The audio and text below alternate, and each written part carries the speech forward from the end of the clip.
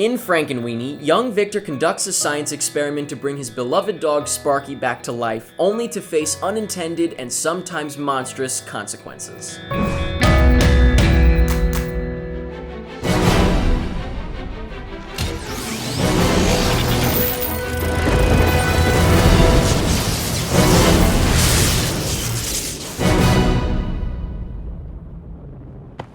Sorry, boy.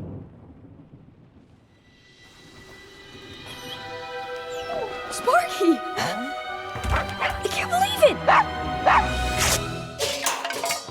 I can fix that. I was a big fan of the original Frankenweenie short film from 1984. I used to watch it all the time when I was a kid, and I still remember it pretty vividly, so when I found out that Tim Burton was doing a full feature-length stop-motion animation Frankenweenie, I was a bit skeptical only because it's been about 5 years since I've really enjoyed a Tim Burton movie, and I didn't consider it blasphemous, but I just kind of thought, oh, leave it alone, I love the original, and why would you mess with it? And then I saw the trailer, and not only did I think it looked cool in general, but I realized this is a feature-length stop-motion animation film in black and white, which is, I think, ballsy and awesome. So I went into Frankenweenie with an open mind, and I'm very happy to say that I loved it. Not only did it literally look like a Tim Burton drawing come to life, especially around the eyes, that is the part that I specifically noticed, the way he does his eyes, it was so cool, but it actually, in my opinion, added to the story, and it didn't ruin it. A lot of times, if you try to extend a short film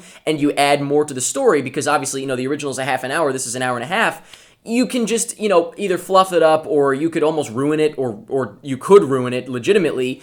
But in my opinion, this has everything that you love about the original short film, plus an extra bit of story that fits right into the middle of it. And it's like, your book ended by what the original had as the beginning and the ending in a way. So you get what you love, plus more that works.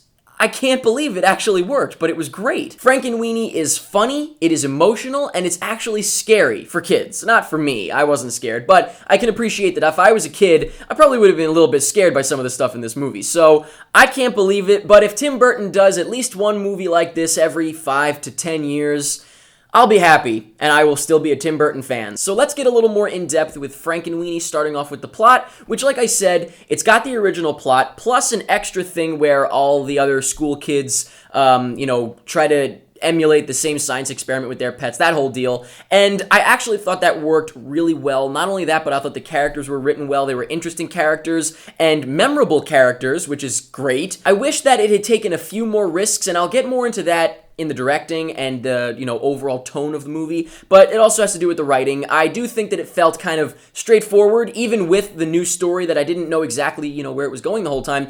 It didn't feel very risky or, too out of the box. As far as directing goes, I do love the movie. I really, really enjoyed it a lot, but it feels comfortable. Now, this makes sense because Tim Burton and everyone involved with this movie, I highly doubt any of them were biting their nails at any point thinking, oh man, I hope we can pull this off because this is Tim Burton. Like, this is exactly what he was born to make, this type of movie.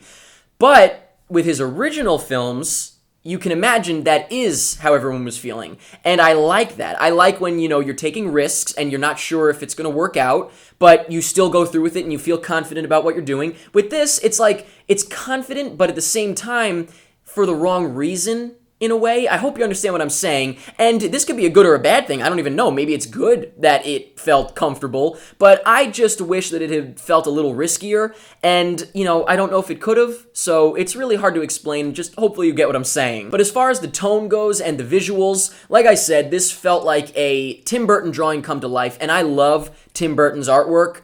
I think that it's really interesting and unique, and it's Tim Burton, and I love when, you've got a specific style, which Tim Burton, I think, brought that style back with this movie, especially because it does look like his drawings, and I thought that was awesome. I really, really did. I also think that it was paced very well. I think that the fact that it was in black and white, like I said, I think ballsy, and I think it really worked out well. It definitely didn't, throw me off at all. I was completely comfortable with it being in black and white. It didn't bother me, and I just really was happy that it felt like a Tim Burton movie. For better or worse, like I said, the fact that it felt a little comfortable, it made me smile, and I actually kind of got emotional right at the start when I saw them walking with the long, thin legs, and it was Tim Burton, man. It was so cool. And voice acting-wise, I thought everybody did a good job. I don't think anything was too stand out. I have nothing to say specifically, I guess except for Edgar, who I think had the most interesting voice. I also will say that I'm glad the mom sounded like Shelley Duvall. I actually thought it was Shelley Duvall for a few minutes. I mean, I knew it wasn't, but I kept thinking, like, this sounds like Shelley Duvall.